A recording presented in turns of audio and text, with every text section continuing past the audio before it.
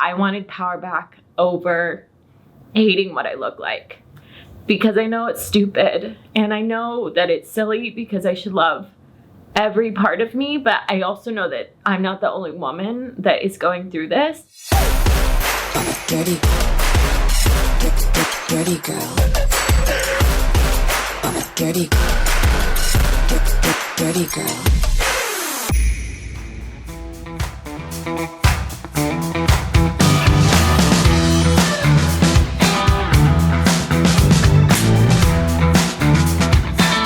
Hi, I'm Conway. I live in Newport Beach, California and Nashville, Tennessee, so I split time between the two. I'm studying to be a spiritual psychologist currently. I am a content creator on OnlyFans, as well as having a podcast, Grieving with Gratitude, and being a hairdresser. How do you manage living in 2 states? I manage living in 2 states by flying a lot. It is actually very hard to live in 2 states because I come from California, where it's much more, vibes and much more open-minded, and no one really cares about anything because it's so expensive. Everyone has to hustle really hard to work, so they really stay out of your business, to coming to Nashville, which is a complete culture shock for me. And so it's been really hard for me here to make female friends and make friends in general. So yeah, it's been a little difficult navigating just the culture shock between the two. What do you currently do for work, and what are you studying to become? I still do hair, but I'm segueing out of doing that as much. And I'm studying to be a spiritual psychologist because I really want to help heal people's trauma. Because after losing my dad, I experienced such gnarly trauma, and I realized that there was a lot of areas in my life that I needed to work on more fully. And so I want to be able to free other people the same way that I've been able to be free.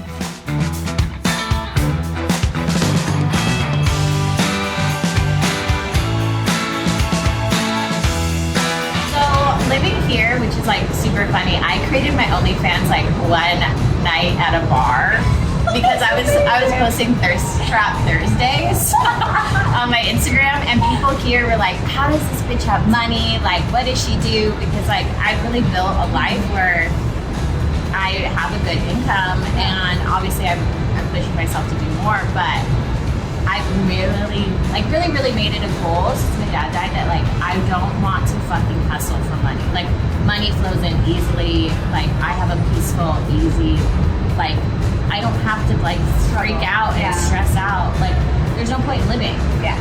Like to have that. So I actually created it when I hit a bar because someone's like, well, everyone thinks that you just have an OnlyFans and that's how you make money. And I was like, well, fuck it, Ben. I should have done this years ago. Yeah. When you launched your OnlyFans, what was the reaction from friends and family? When I launched my OnlyFans, I honestly did it as a bet because in Nashville, no one knew what I did for a living and how I had money. And so I heard rumors that I had an OnlyFans. And so I actually created it at a bar while I was sitting there with help from the bartenders. And I was like, well, if that's already a rumor that is about me, why wouldn't I just actually monetize on it? And so that's how I created it. And so my friends and family know that I do have one, and they are very supportive of my choices and still love me. So, and just know that these are my personal choices. So they love me for it. What are you most concerned about or scared of by being on the show? I am not scared of anything. What is there to be scared of? I mean, people are already going to have opinions of me, and they will like me or not like me, even just based on the tone of my voice or what I wear. So at that point, I just have to live my authentic, highest self, and like from that place. And people may not resonate with it, and people will, and I can't really be scared of that. What do you hope people will recognize most from seeing you on the show? I am hoping to show people that spirituality doesn't have to look a certain way, that you can accept people for who they are without making them wrong, and that you can just live life to the fullest, but from a place of living from your highest self and the healthiest version of yourself. My dad passed away like 4 years ago, and so he was like my only parent, so that completely changed my life. So I signed up for these classes to be an entrepreneur, and it's in the same, it's called Society. So she has different like tiers, and then it was like, oh, you should go into coaching, like, and I'm like, nah, I'm a great hairdresser, I don't need to do that. Like COVID hit, and so I kept trying to start all these businesses, like private jets here, doing weed and all this stuff, and I was like really just kind of chasing money, and like when you chase anything, it runs away, and it's not my soul's calling. Like, so when you kind of like see that it's not resonating and it's not picking up, you can kind of go, I did my best. I put 100% into it. It's not a failure. It's just a learning experience. Yeah, and this isn't getting energy. And so when I went into spiritual psychology, I'm like, what I really want to do is like help people with their trauma, and like how people connect with me is through like all my traumatic experiences that I like very openly share about. So I lost my dad in December of 2018. So it was on the 13th of December, so it was right before Christmas, which is very gnarly to lose someone right at the holidays. And so he was 56 years old, and I had seen him the morning before, and I got the 5:30 a.m. wake-up call that I needed to meet at the hospital, and when I arrived, he was already dead. It turned out he died of viral pneumonia. So my mom and dad were married when they had me, and I truly believe my mom was not someone that wanted to be a mom. And so I really grew up knowing that there was like something different about her and other moms. So her and I don't have a relationship any longer. The only reason it kind of got resurrected was because my dad died, and I had to call upon her to remember things.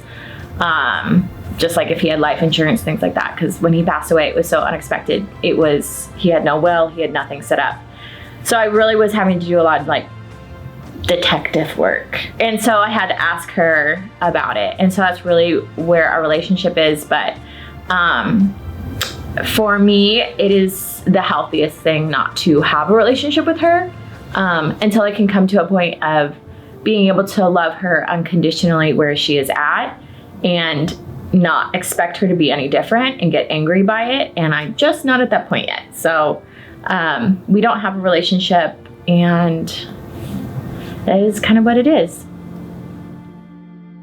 So I think I have to be authentic with where I'm at, because I feel like there's so many spiritual coaches and stuff out there, and you never see their journey, you just see the after, which is amazing, but there's so much to learn from in the mixed struggle. So I've always struggled with my body image since I was little, and as I've worked through more of my trauma work and am working on healing, it's a massive area for me. Continually had eating disorders my entire life, and I've struggled with drugs because I started using drugs to get skinny. So I was a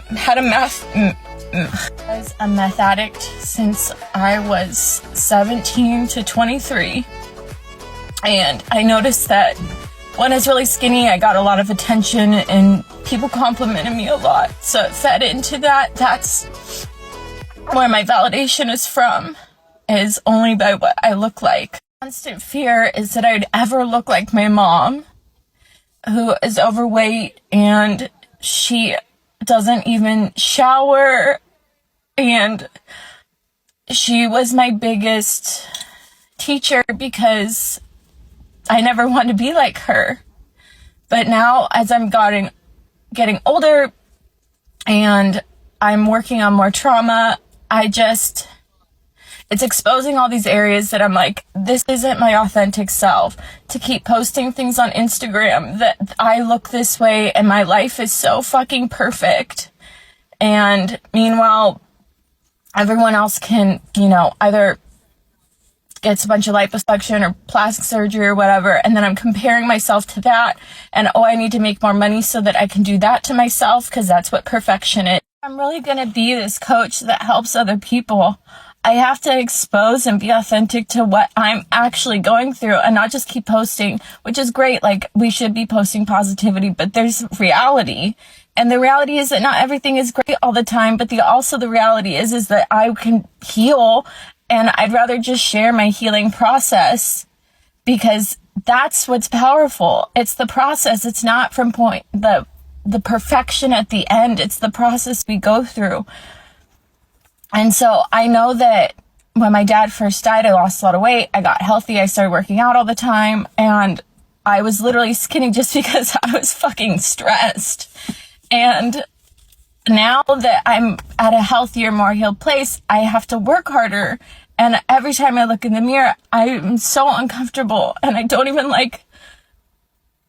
find joy in this anymore. To know that we create our own realities, but if you're not healthy, even if you're trying to tell yourself 1,000 times a day that you're beautiful, but you don't believe it, it doesn't work. So how do you get to the authentic place where you just know that inside and out, no matter what you look like, no matter what's going on in life? And so I don't know the answer yet, but I want to figure it out. So no, I'm not the only one going through it, so that's why I'm sharing it, because if I can figure out the answer to that, I can help so many women to not keep comparing themselves. And at the same time, I know that there's probably people comparing themselves to me, and I don't want you to think that my life is this way all the time, like this fucking cake. Like, that's what I keep thinking, like, how boring is the picture of a finished cake? What's interesting is the process that you go through. So here's the process. The more I've been open and vulnerable about my insecurities, about my body issues, because there's something that has been holding me back, which is shame. And I know that sorry, I'm like getting cry. I know that when you release that shame, you gain your power back. So I wanted power back over hating what I look like, because I know it's stupid and I know that it's silly, because I should love every part of me, but I also know that I'm not the only woman that is going through this. And so by me just being vulnerable, I was able to get a little bit of freedom, but also hear other people's stories and their vulnerability that gave me hope that I didn't have to be like this forever, and just be able to heal from that process. And then also by sharing it, I really found out that there are so many people that are so affected by it, because I was feeling I was going crazy. I felt like I'm the only one that thinks this way. And by being able to share, I found out that other people also feel the same way, and that it is a huge issue. And it's so scary, because I was getting messages from parents that their young daughters are experiencing eating disorders at like 8 and 7. And I think as a culture, if we want to be the change we wish to see in the world, it starts with us first. And it starts with me owning my shit and the things I need to go through and the things I need to heal. And when one person heals, it starts healing all of us. So I really related to Conway on body image because of the fact that there was a time in my life where I had a lot of struggles with body dysmorphia. I was privileged enough to have been able to communicate with my mom and be like, I think this is getting out of hand. It's been like 4 days since I've eaten something and I think it's really problematic. And my mom thankfully like jumped into action. I had a nutritionist, I had a psychologist, I had a psychiatrist, I had a primary care physician to kind of like help me deal with that and help me overcome that and really deal with the trauma that was causing that. Which, like I said, it's a privilege to have that because not everyone has the opportunity to have the actual help they need. But I also found that when going through that journey, what really made the difference for me was the relationships I was in. You know, I was dating people and associating with people that really made me feel less than. People that had me questioning my identity and had me questioning who I was, and kind of just looking at the people around me and realizing like there's better people I could be around. There's people that lift me up. There's people that will make me better. And then kind of just adjusting into that next phase of my life and the next chapter to really be able to kind of come into my own and take control of things back for myself. And I was even talking to Conway about this. There's a time where like I would reward myself with like the littlest thing. Like I love fresh flowers. That is like, just having fresh flowers in my house is huge for me. So I would buy myself fresh flowers every week that I didn't relapse with my eating or with, you know, binging or with starving myself. And every week when I would see those fresh flowers, like I made it another week. I think what people forget especially with food and eating disorders and body dysmorphia, is that it's one of the slowest ways to kill yourself. It's one of the slowest, most torturous ways to just destroy yourself. And people really minimize it, and they like delegitimize it, like, oh yeah, we all have body issues, we all have this, but there's a spectrum and there's extremes to things. So I think it needs to be heard, it needs to be talked about, because there's so many women out there going through this, so it's an important story to tell. Where my meth addiction came from was basically because I wanted so desperately to be skinny and to fit in. And so I started using meth at the age of 17, and I didn't stop until I was 23. I'd use it every day. I started selling it, and I was so addicted to it. I was crying getting high. And I just felt like I was on this roller coaster. I knew I needed to get off of it, but I didn't know how. It really actually took me relapsing multiple times, and then I was so over it because I was just so done relapsing so many times. I didn't know how to get off of it. That one night I decided to drink way too much, and then drinking is a depressant, and I was already depressed. And I decided I wanted to kill myself that night. So I totaled my car into 2 walls, and then I got arrested, and that was when my parents threw me into rehab, and it was the biggest blessing ever. But at the time, it felt awful. So you can definitely be blessed through something you never consider a blessing multiple times in your life. So when I was really struggling with body image, I'm an addictive person. I should preface this. I'm very addictive in general. And I know addiction has run in my family at times as well. So I tried to be very cognizant and not do things I know is a slippery slope for me, like actively take control of that situation and not allow myself the space to go there with things. So when I was really struggling with my eating disorder specifically, I was really addicted, and no one talks about this, and I don't know why, but I was really addicted to fat burning, pills and supplements and things like that. And at its core, it's just like almost a methamphetamine, and it's an upper, and it's this like boost of productivity and boost of curbing your appetite and almost a boost of adrenaline that like just really gets you going. So while you feel amazing because you're like productive and crushing it and like doing all these things, the come down is so real. So like I would notice when I wasn't taking the fat burning pills, like I couldn't function, like I couldn't get out of bed, and this would happen for days, and the only way for me to try to like get back on course was to take them. And that's when I really realized this was like a major problem for me. Like this is actually impacting my quality of life and me being able to be a productive, functioning human. So I had to work really hard at not doing that. And I know a lot of people that still do that. And like, it's hard to speak from experience and be like, hey, that's a slippery slope, because once you get down that road, like if you don't have it, your body can't level out the way it normally would. You've taken away that ability.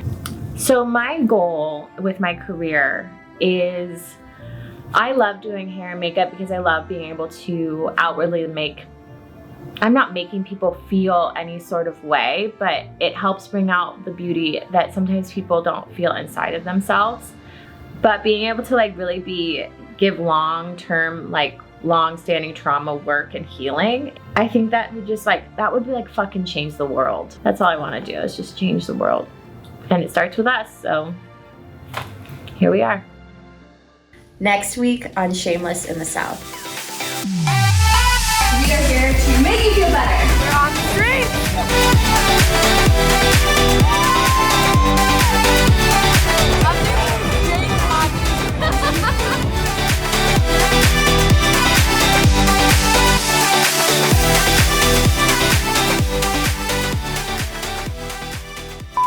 So she says the more movement and stuff, that's how you get all your engagement. So every time you give her your phone, she's like, hold the fuck over. It's like a lot. You're like, whoa, where are you coming in at? It's like a spaceship landing. You're like,